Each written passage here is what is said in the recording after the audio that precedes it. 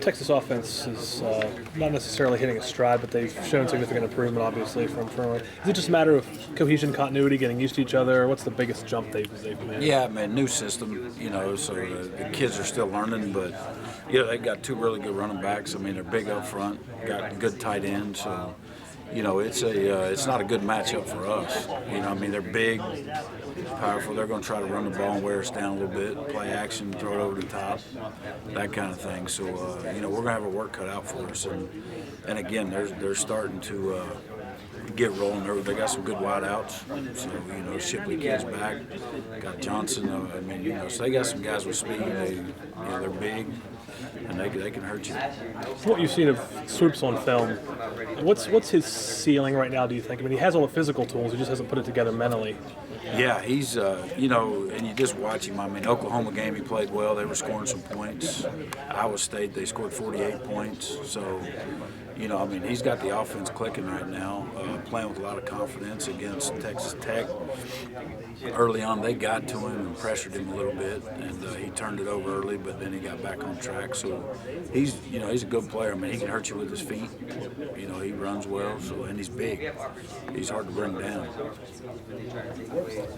You look at a couple of guys like Muldrow came in January, Riddick over the summer, and you've seen these guys get comfortable to the point they're now in the starting lineup, starting 8 plays. What's that process? It's been really good for him. Ed had a little bit of a jump, obviously, on Riddick because Ed was here all spring and learned the system. Got it down. So, he's come along well. Played his best game the other night. Against TCU, he played really well. Was very active, running around. So I like the way he's playing. And Riddick, he's been getting better every week. So, I like where both of those guys are at, and they're helping us.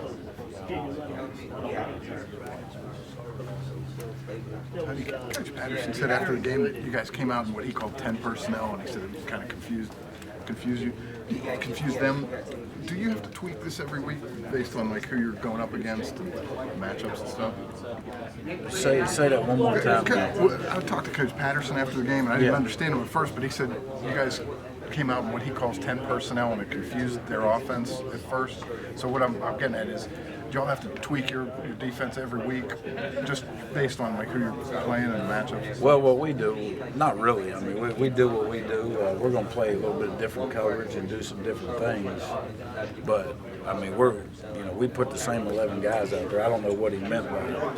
I've never heard that. Offensively, I've heard, different personnel groups, but never on defense. So, but, we lined up like we do, every week. So maybe we were throwing some different looks at him or something. I'm not sure what he maybe meant by that. Tony, being able to find success against a guy like Boykin, I guess, how much confidence does that give your guys against a guy like Swoops? Is he the same type of player? Yeah, he is. He's not as fast. He's bigger. Swoops 235 pounds and 6'4", so he's a lot bigger, not as fast. But yeah, I mean, I thought our kids did a great job Saturday containing Boykin for what he can do. And, so right now the kids are playing extremely confident in what we're doing. And I think that's why, we're building to get success and have success every week. And I think our kids are, they're doing a great job with that. You typically have a missed tackle number that you find out during the film review. What did you come up with this time? What was the final tally? If you had the other night, I think 18 and 5 were on one play on Boykins. And he ran about, he made 5 or 6 guys miss and got 6 or 7 yards on the play. I think he was running back and forth. So, but overall, I thought we tackled better. Carl Joseph had 2 or 3 big hits. KJ Dillon had 2 or 3 big hits. And that was the thing, going back and watching that film, that was the most physical, the fastest, the most effort that we've played with all year long. I mean, it was something. Out of 79 snaps, about 78 of them were really good. Can you speak to the play of Terrell